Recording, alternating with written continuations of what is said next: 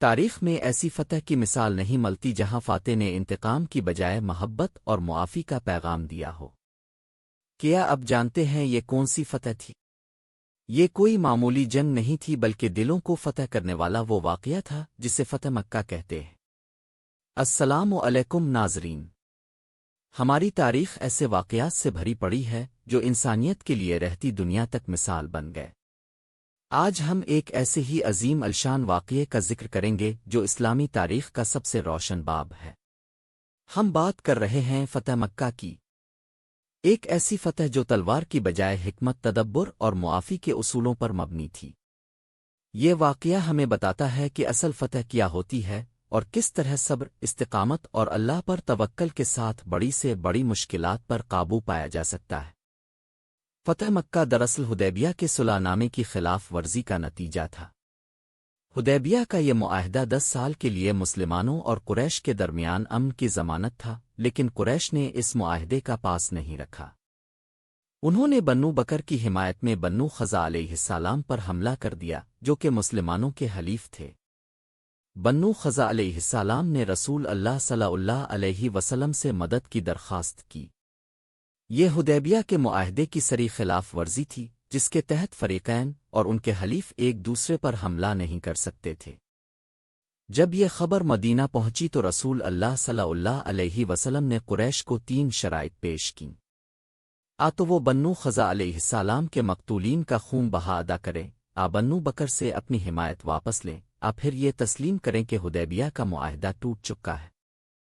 قریش نے تکبر اور نادانی میں تیسری شرط قبول کر لی، یعنی معاہدہ توڑ دیا۔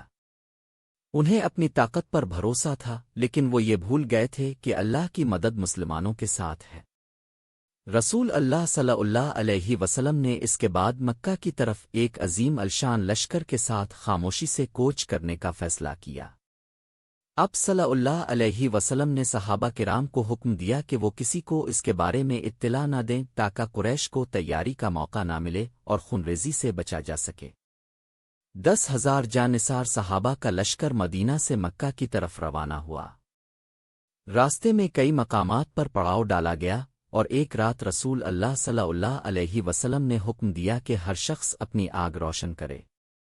اس سے ایک وسیع و عریض علاقے میں آگ کے شعلے بلند ہوئے جسے دیکھ کر قریش کے سردار ابو سفیان خوفزدہ ہو گئے اور انہیں یقین ہو گیا کہ ایک بہت بڑا لشکر مکہ کی طرف بڑھ رہا ہے۔ ابو سفیان مسلمانوں کے لشکر کو دیکھنے کے لیے باہر نکلے تو انہیں مسلمانوں نے گرفتار کر لیا اور رسول اللہ صلی اللہ علیہ وسلم کے پاس لے آئے۔ رسول اللہ صلی اللہ علیہ وسلم نے انہیں اسلام کی دعوت دی اور اللہ کی قدرت کا مظاہرہ دکھایا۔ کئی سال تک اسلام کی مخالفت کرنے کے بعد ابو سفیان نے بالآخر اسلام قبول کر لیا۔ اب صلی اللہ علیہ وسلم نے ابو سفیان کو عزت دیتے ہوئے یہ اعلان کیا کہ جو شخص ابو سفیان کے گھر میں پناہ لے لے گا اس کے لیے امان ہے۔ یہ اب صلی اللہ علیہ وسلم کی کمال حکمت عملی تھی جس نے مکہ کے لوگوں کو خوف سے بچایا اور ان کے دلوں کو فتح کیا۔ 10 رمضان المبارک 8 ہجری کو رسول اللہ صلی اللہ علیہ وسلم 10,000 قدسیوں کے ساتھ فاتحانہ انداز میں مکہ میں داخل ہوئے۔ اب صلی اللہ علیہ وسلم اونٹنی پر سوار تھے اور اب کا سر اتنا جھکا ہوا تھا کہ معلوم ہوتا تھا جیسے اب سجدے میں ہوں۔ یہ عاجزی کا وہ عظیم منظر تھا جو کسی فاتح بادشاہ میں نہیں دیکھا جا سکتا۔ اب صلی اللہ علیہ وسلم نے سورہ الفتح کی تلاوت فرمائی۔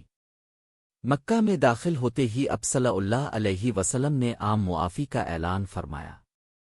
اب صلی اللہ علیہ وسلم نے فرمایا، آج تم پر کوئی ملامت نہیں، جاؤ تم سب آزاد ہو۔ یہ وہ الفاظ تھے جو صدیوں سے دشمنی رکھنے والوں کے لیے امن اور معافی کا پیغام تھے۔